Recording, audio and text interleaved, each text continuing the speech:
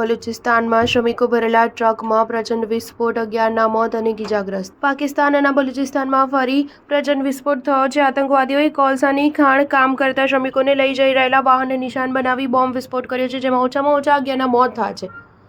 આ પહેલા પણ અહીં અનેક વખત વિસ્ફોટ થઈ ચૂક્યા છે. મીડિયા રિપોર્ટ મુજબ બલુચિસ્તાનના હરનઈમાં ભયાનક વિસ્ફોટ થયો છે. એવું કહેવાય છે કે એક ટ્રકમાં કોલસાની ખાણમાં કામ કરતા શ્રમિકો ખાણ તરફ જઈ રહ્યા હતા. આ દરમિયાન રિપોર્ટ દ્વારા વાહનમાં ભયાનક વિસ્ફોટ કરવામાં આવ્યો છે, જેમાં ઘટના સ્થળે જ 11 લોકોના મોત થયા છે. ઘટનામાં 6 લોકો ઇજાગ્રસ્ત થયા છે, જેમને તાત્કાલિક સ્થાનિક હોસ્પિટલમાં દાખલ કરવામાં આવ્યા છે. એક અધિકારીએ કહ્યું કે આતંકવાદીઓએ રિમોટથી વિસ્ફોટ કર્યો હતો. હાલ કોઈ પણ જૂથે આ હુમલાની જવાબદારી લીધી નથી. આ વિસ્તારના નાયબ કમિશનર હજરત વલી આગાએ કહ્યું કે જ્યારે વિસ્ફોટ થયો ત્યારે ટ્રકમાં 11 શ્રમિકો સવાર હતા. સ્થાનિક હોસ્પિટલના એક ડોક્ટરે કહ્યું કે ઇજાગ્રસ્તોમાં 2ની હાલત ગંભીર છે.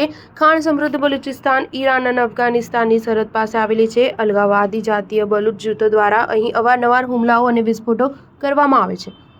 આ ઉપરાંત અહીં ઇસ્લામી આતંકવાદી પણ સક્રિય છે. પાકિસ્તાનના બલુચિસ્તાનમાં સેના અને પોલીસની બર્બરતા વિરુદ્ધ સ્થાનિક લોકો ગુસ્સે થયેલા છે, જેના કારણે અહીં સેના અને બલુચ બળવાખોરો વચ્ચે અવારનવાર લોહિયાળ અથડામણ થતી રહે છે. અશાંત બલુચિસ્તાન પ્રાંતમાં અવારનવાર હિંસક ઘટનાઓ બનતી રહે છે. બલુચિસ્તાનના લોકો શહબાજ શરીફ સરકાર, પાકિસ્તાન આર્મી અને સ્થાનિક પોલીસની દમનકારી નીતિઓ વિરુદ્ધ અવાજ ઉઠાવતા રહે છે. એવું કહેવાય છે કે બલુચ લિબરેશન આર્મી અને પાકિસ્તાન સુરક્ષા દળો વચ્ચે હાલમાં થયેલી અથડામણ અત્યાર સુધીની સૌથી મોટી ઘટના છે. સ્ટાર ન્યૂઝ 7 હંમેશા સચ્ચાઈની સાથે.